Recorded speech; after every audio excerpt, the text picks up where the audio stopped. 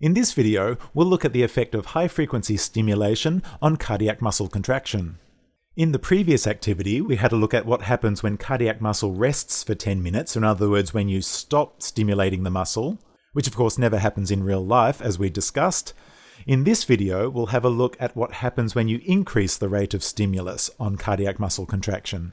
You can see the procedure in your notes asks you to use the second macro, the towed frequency macro. And so we do that by clicking this button here. And what that will do is stimulate the muscle once every 30 seconds for 11 times, and then we'll change to stimulating once every 5 seconds. Now you don't have to do anything with this particular macro. The initial stimuli will condition the muscle and get it contracting regularly, and then when the rate of contraction abruptly increases, that's when we'll see the change that we're trying to look for in this activity. And so here we are 6 minutes later when the macro switches over to recording every 5 seconds, so let's just watch that for a little bit.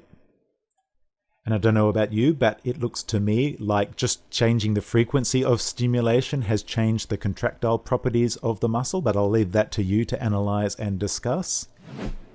And then the macro will continue for 9 recordings at that higher rate once every 5 seconds, and then will automatically stop.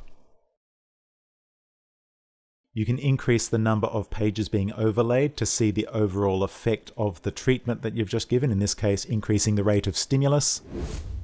Now this is that same data file opened up in LabChart Reader, and you can see that I've renamed the pages according to the stimulus frequency that we were using at the time.